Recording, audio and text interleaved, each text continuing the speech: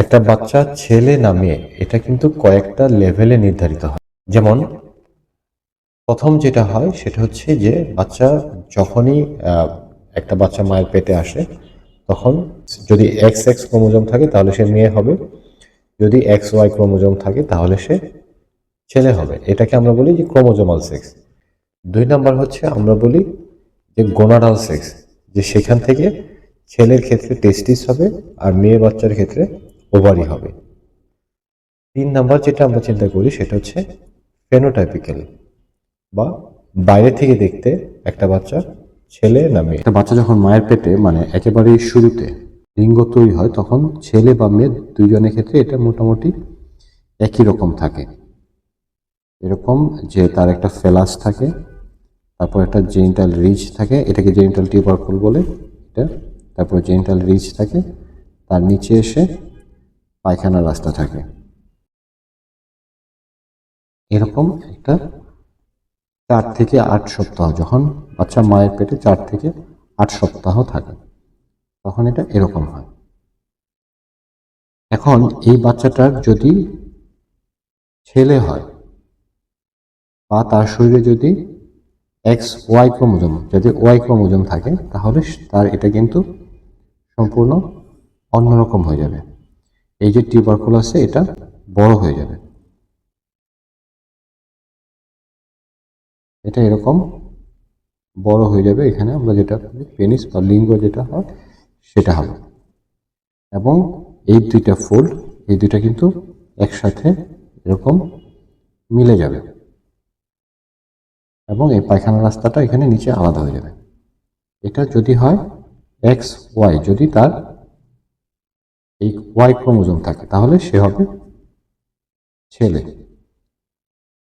যদি সে মেয়ে হয় মানে তার ক্রোমোজোম হচ্ছে এক্স এক্স, সেক্ষেত্রে এটা কিন্তু ছোটই থাকবে, এটা ছোট থাকবে,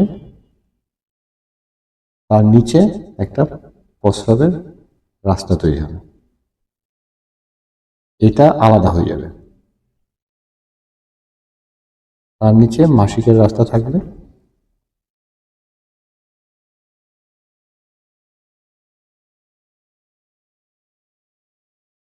তার নিচে আসে পায়খানার রাস্তাটা থাকবে।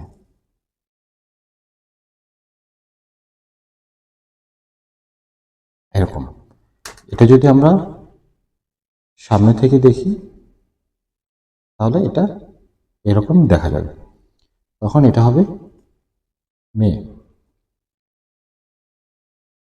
কিন্তু কিছু কিছু কারণ আছে যেখানে দেখা যায় যে এই সরাসরি এরকম না হয়ে এটা মাঝামাঝি পর্যায়ে হয়।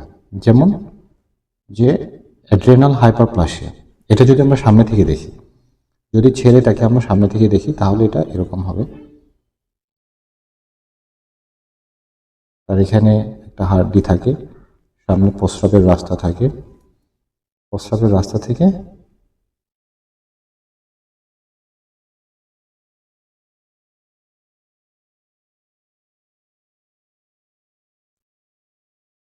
তার পিছনে পায়খানার রাস্তা আসবে, এরকম একটা ছেলে বাচ্চা হয়। আর যদি মেয়ে বাচ্চা হয় তাহলে সামনে থেকে আমরা যদি এটা মেয়ে বাচ্চা, এটা হচ্ছে ছেলে, আর যদি এটা মেয়ে বাচ্চা হয় তাহলে সামনে থেকে দেখতে এটা এরকম দেখা যাবে।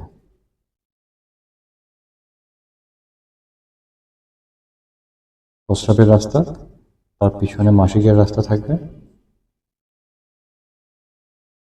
তার পিছনে পায়খানার রাস্তা থাকবে। এটা হচ্ছে মেয়ে। কিন্তু যদি কোনো কারণে, যেমন একটা কারণ আছে সেটা হচ্ছে যে কনজেনিটাল অ্যাড্রেনাল হাইপারপ্লাসিয়া, এক্ষেত্রে কি হয় যে এই বাচ্চাটার সে তার ভিতরে এক্স এক্স ক্রোমোজোম আছে, মানে জেনেটিক্যালি সে মেয়ে, কিন্তু তার এই শরীরে অ্যান্ড্রোজেন হরমোন বা ছেলেদের হরমোনটা একটা বিশেষ কারণে বেশি তৈরি হয়। তখন তাহলে যদি এটা বলে কনজেনিটাল অ্যাড্রেনাল হাইপারপ্লাসিয়া, এই তা এখানে তার অ্যান্ড্রোজেন হরমোন বা যেটা ছেলেদের হরমোন এটা বেশি তৈরি হয়। যদি বেশি তৈরি হয় তাহলে যেটা হয় সেটা হচ্ছে এই যে ক্লাইটোরিস যেটা এটা বড় হয়ে যায়। তখন এই যে প্রস্রাবের রাস্তাটা এটা এই মাসিকের রাস্তার সাথে এক হয়ে যায়, এক হয়ে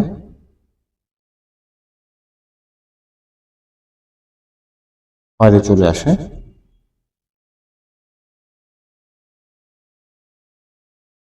এটা পায়খানার রাস্তা হয়ে যায়। তখন বাইরে থেকে এই বাচ্চাটাকে দেখতে ছেলেদের মতো দেখা যায়, যদিও তার ভিতরে কিন্তু মাসিকের রাস্তা আছে এবং জেনেটিক্যালি সে কিন্তু এক্স এক্স মেয়ে। এটা যদি আমরা এটা সাইড থেকে দেখা যায়, এটা যদি আমরা সামনে থেকে দেখি তখন এটাকে এরকম দেখা যাবে।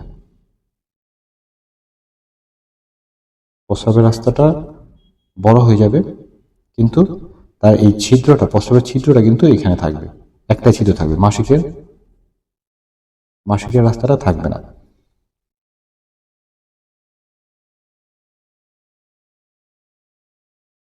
এখানে একটা ছিদ্র থাকবে এবং এটা ফিউজ হয়ে যাবে।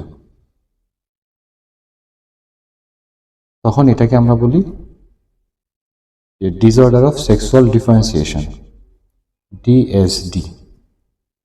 সে ছেলে না মেয়ে এটা বোঝা যাবে না, কারণ এই যে এটা বড় হয়ে গেল ক্লাইটোরিসটা, এটা আবার এত বেশি বড় হয় না যেটা ছেলেদের মতো দেখা যায়, আবার এত ছোটও থাকে না যেটা মেয়েদের মতো দেখা যায়।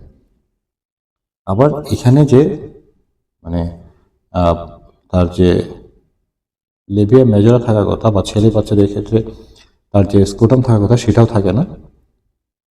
যেটা থাকে সেটা হচ্ছে এখানে লেবিওস্কোটাল ফোল্ড থাকে। ছেলে বাচ্চাদের এখানে টেস্টিস থাকে দুইটা, এখানে কিন্তু কোনো টেস্টিস বা অন্ডকোষ থাকবে না। তখন এটাকে আমরা বলি ডিসঅর্ডার অফ সেক্সুয়াল ডিফারেন্সিয়েশন। এরকম আরও কয়েকটা ক্ষেত্রে, এটা আমরা যেটা দেখালাম এটা হচ্ছে এক্স এক্স ডিএসডি। আবার কিছু কিছু ছেলেদের ক্ষেত্রেও দেখা যায় যে তার ভিতরে ওয়াই ক্রোমোজোম আছে কিন্তু এটা ছোট এবং এখানে অন্ডকোষ নাই, যেটা এক্স ওয়াই ডিএসডি আমরা বলি। তো এগুলা বিভিন্ন কারণে হয় এবং এটা সময় মতো যদি নির্ণয় করা যায় তাহলে এই বাচ্চাগুলো কিন্তু স্বাভাবিক মানুষের মতো জীবনযাপন করতে পারে, স্বাভাবিক ছেলে বা স্বাভাবিক মেয়ের মতো।